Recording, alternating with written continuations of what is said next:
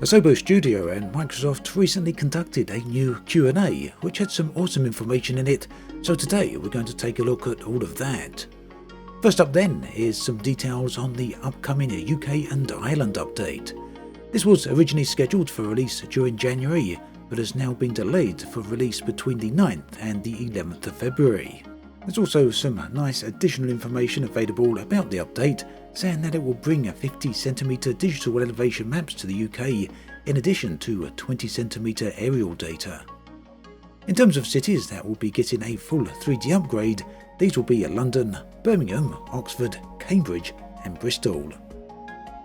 During the Q&A, Asobo raised the question, should we launch the UK and Ireland update without London?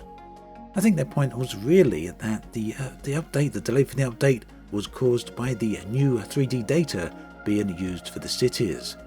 Basically, they're using a new source of data for the cities, and it's taken them a while longer than expected to get this integrated into the sim. So their choice was really to go with the update but without the cities, or delay it a little and get these in. The delay makes perfect sense. In terms of points of interest, there will be over 70 of these, and a few were highlighted in a preview of the as yet unreleased trailer for the update. You can see that playing on the screen right now. Plenty of nice stuff to look forward to then. Also, another nice note here, remember those great looking water masks that have been shown in various trailers? Well, these are going to be included in the UK update. Essentially, this is just a case of there being a bit of a lag between the content that is shown in some of the trailers to there when it actually arrives in the game. Asobo reiterated that creating water masks is a manual process, so it does take time, and also not everywhere in the world actually has these.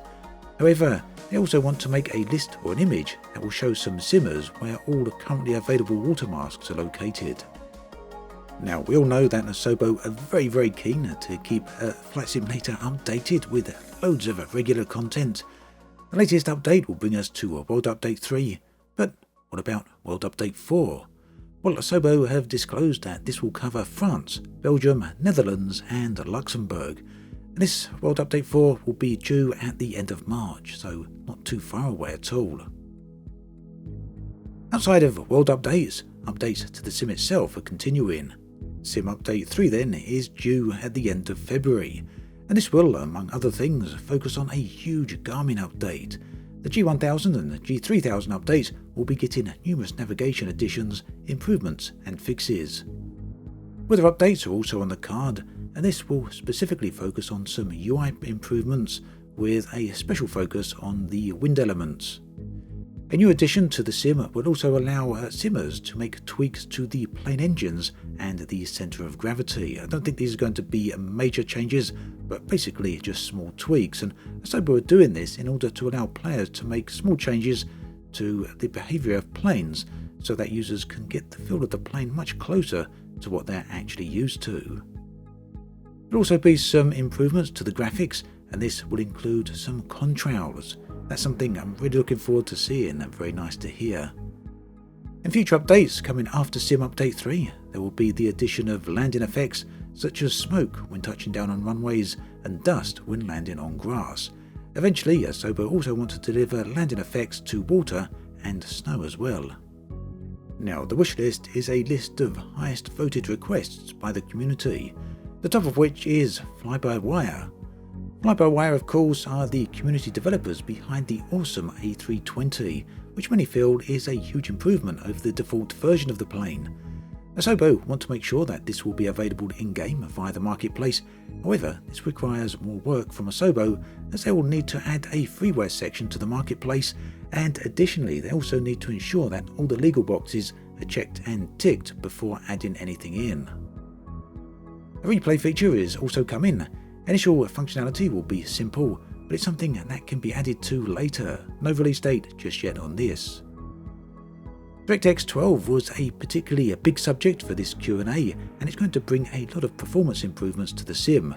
Of course, Directx 12 is directly related to the Xbox release of the sim, and any improvements to the performance for that will be brought back to the PC as well, so it will bring a lot of improvements all round. The main focus here is optimizations, and Asobo have stated that these optimizations won't be degrading any of the graphics or anything else along those sort of lines, so I really do hope that's the case. Now, they did throw some figures around here saying there should be a 4 times increase in optimization, and this therefore should allow for some room for improved effects. Now, this isn't something that will happen immediately, but they will be able to add ray tracing, that is confirmed, and this of course will bring improvements to lighting, reflections and shadows. The LSS meanwhile is a maybe, but Asobo haven't looked at it yet, so it's certainly not ruled out, but something they need to check later on. The bottom line of all of this then is that at some point everyone in the sim will be moved over to Directx 12 instead of being on Directx 11.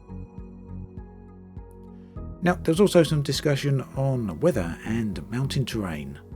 Weather improvements are on the way. Asobo are very keen to have weather being simulated as accurately as possible in the base game, and this means that there might not be a huge amount of room for official support for weather-focused third-party add-ons, as the base sim will pretty much do everything. The reason Asobo are choosing this path is because accurate weather is essential to all components of the sim, so Asobo feel that relying on a third party for this isn't the right solution, because basically it is essential to the game itself. That said, third party add-ons for weather are still fine, and they totally expect simmers will probably use them. Mountains, on the subject of them, well, they're going to soon see some improvements due to the new high-resolution digital elevation maps. They also have some new techniques which are going to be used to improve the appearance of mountains. Asobo are aware that not all mountains, many mountains in fact, don't actually look especially brilliant, or certainly not as they should in the sim, so this is something they definitely want to get improved over the next few months.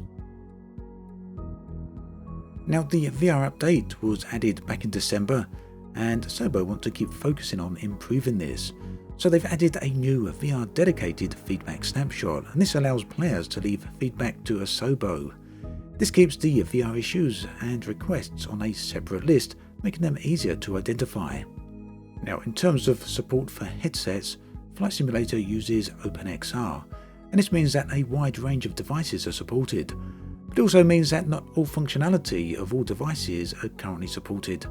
Essentially, Asobo are in contact with a variety of headset developers about broadening support, but it seems that the ball in many cases is in the courts of the headset developers rather than Asobo. On the subject of trees, these continue to be a problem. Many of you will know this has been a long-term issue, but Asobo appear now to have a solution for this. Currently, one of the reasons trees look so large is because they're actually made far wider than they actually would be in real life. And the benefit for this in Sim is that it provides for far broader coverage, allowing a smaller number of trees to be used to cover a greater area. Basically, if you put the accurately modelled trees into the game, then they wouldn't cover the correct amount of area, so you'd need more of them. And with the way performance is in the Sim right now, this wouldn't work out very well. However, with the upcoming DirectX 12 optimization, Asobo have a lot more headroom for performance increases, so this means that they may be able to shrink the width of the trees whilst also increasing their number, and this should ultimately leave with some more realistic appearances. Moving on to AI traffic, Asobo are looking at a few AI traffic improvements for the next Sim update.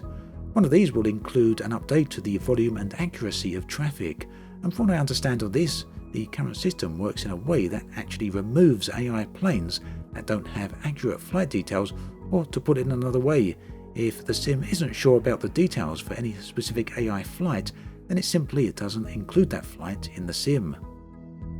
A future update will be able to get around this, as it will be able to build a speculated or predicted flight path. It will be able to guess the data from available data. In short, the sim will be able to guess what a flight might or might not be doing, and this should hopefully allow for an increase in traffic volume. To be honest though, the details on this were not exactly that clear to me, but that is my understanding. Liveries were also another subject that came up. Now, Asobo have spoken about this before, and they are planning on getting a wider range of non-flyable planes into the sim. So that would mean AI planes have a greater variety than what is currently available. It would make flights look far more accurate. However, in terms of liveries themselves, this is still a problem, as many airliners are simply not overly interested in working on providing a license for Asobo to use their liveries. This isn't that they're refusing to do so, it basically is a case that the airliners have other priorities at the moment. So whilst Asobo do want more real-world deliveries, it's not something that will probably happen anytime soon. But that said, the head of Flight Simulator himself has said that he is spending a lot of time on this and wants to make sure that it does happen. So that brings us to an end of all the new information. As always, thanks for watching, and I'll catch you guys and girls next time.